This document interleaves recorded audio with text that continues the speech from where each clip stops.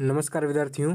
कक्षा 10वीं जीव विज्ञान का एक महत्वपूर्ण प्रश्न है जो कि है, क्या आप अपने विद्यालय में कुछ परिवर्तन सुझा सकते हैं जिनसे उसे पर्यानुकूलित बनाया जा सके, अथवा अपने विद्यालय को पर्यानुकूलित बनाने के लिए 2 सुझाव दें।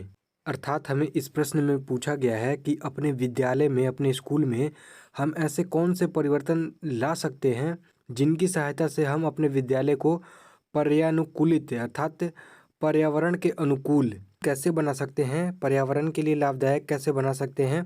इसी के बारे में इस प्रश्न में हमसे पूछा गया है। तो आइए जानते हैं। निम्नलिखित परिवर्तनों द्वारा हम अपने विद्यालय में पर्यानुकूलित वातावरण बना सकते हैं।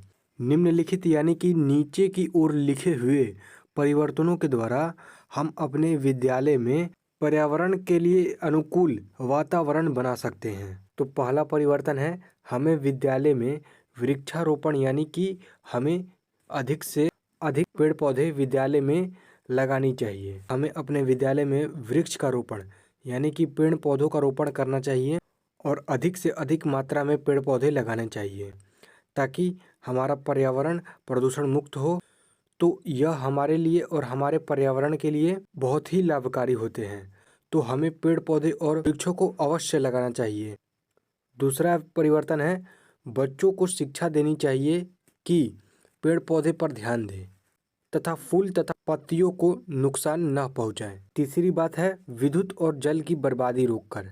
अर्थात आज के समय में विद्युत और जल यानी कि पानी की बर्बादी भी बहुत वृहत मात्रा में हो रही है। तो हमें इस पर अंकुश लगाना यानी कि रोक लगाना अति आवश्यक है, क्योंकि यह हमारे जीवन के लिए बहुत ही महत्वपूर्ण कारक है। विद्युत और जल, विद्युत के अभाव में हम कोई भी विद्युत उपकरण उपयोग नहीं कर सकते और जल के बिना हमारा जीवन ही संभव नहीं है। तो इन दोनों का बचत करना, इन दोनों का संरक्षण करना अति आवश्यक है। चौथा है, हमें कूड़ा कचरा इधर उधर नहीं फेंकना चाहिए बल्कि उन चीज़ों का पुनः उपयोग करना चाहिए। अर्थात हमें कूड़ा कचरा कबाड़ इत्यादि जो कि उपयोग करने लायक है उन्हें हमें नहीं फेंकना चाहिए। यदि वह उपयोग करने लायक है तो उन्हें अवश्य उपयोग करना चाहिए, उन्हें रीयूज करना चाहिए, जिससे कि वह वस्तु व्यर्थ नहीं जाएगी और साथ ही साथ पर्यावरण को भी हानि नहीं पहुंचेगी। अब बढ़ते हैं 5वें परिवर्तन की ओर।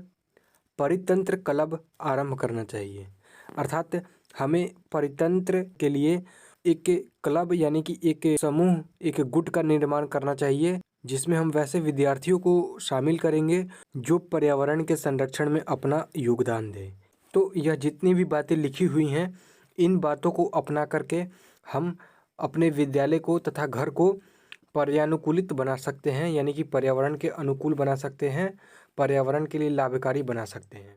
तो आशा है कि आप इस प्रश्न को अच्छे से समझ गए होंगे। यदि आप इसी प्रकार के अन्य महत्वपूर्ण प्रश्नों को जानना और समझना चाहते हैं तो आप हमारे चैनल पर जाकर देख सकते हैं। वहाँ पर इसी प्रकार के महत्वपूर्ण प्रश्न आपको प्राप्त होंगे। तो अभी के लिए इतना ही। धन्यवाद। जय हिंद।